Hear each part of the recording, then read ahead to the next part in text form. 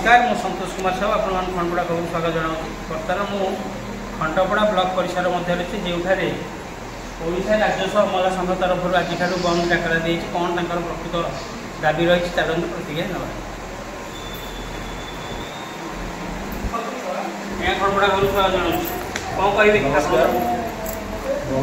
मो ना हूँ लक्ष्मीकांत दास खंडपड़ा ब्लॉक रे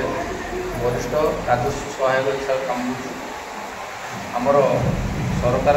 टाउन नीति विरुद्ध में जिलास्तरीय तथा राज्यस्तर समस्त अमला मैंने एकत्रित हो कारण आमर बहुत गुटे दाबी बहुत दिन धरी पड़ रही फल सरकार आम कौन कथा ग्रहण करना। प्रथमतः आम दाबी था मूल दरमा लेवल 9 नापे कारण जिते सरकारी कर्मचारी आम लेवल 9 अच्छे से मूल दरमा लेवल 9 रु स्टार्ट होती कारण आम ग्राजुएसन प्रथम जो चाकरी कलु आम क्वालिफिकेशन थी मैट्रिकुलेट तापर सरकार तक ग्राजुएसन कले ग्राजुएसन करापर आम लेवल 9 भी आम दरमा वृद्धि होगा दरकार कि सरकार ये कथा आदम ग्रहण करना। तत्सहित आम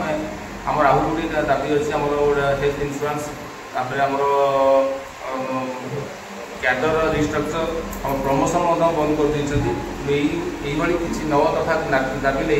आमर समस्त राज्य अमला कर्मचारी मैंने मासे तले आम सरकार को चेतावनी देलु कला पिंधि प्रतिवाद करूँ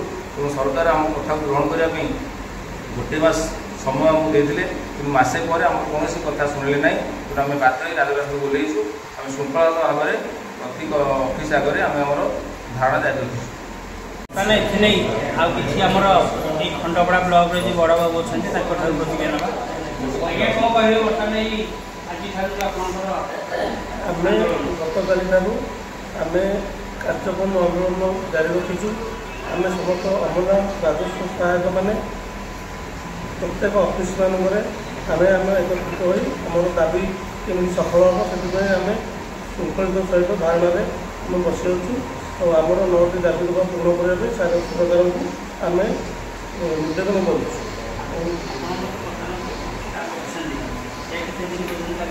आम अनिर्दिष्ट काल आम आमर दाबी जारी रखू जो पर्यटन सरकार आमर कथा न शुणी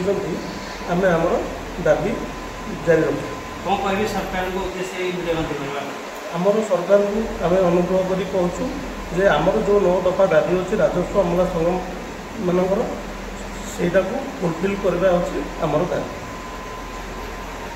शुणुले प्रतिक्रिया बर्तमान जो 9 दफा दाबी नहीं ओडिशा राजस्व अमला संघ आंदोलन जारी रखी दाबी पूर्ण न होगा पर्यंत आंदोलन एमती चालू देखा जाऊ सरकार तरफ कि पदक्षेप आगामी दिन निहत ये आंदोलन केते दिन पर्यंत चलुची। खंडपड़ा संतोष कुमार साहू रिपोर्ट खंडपड़ा खबर।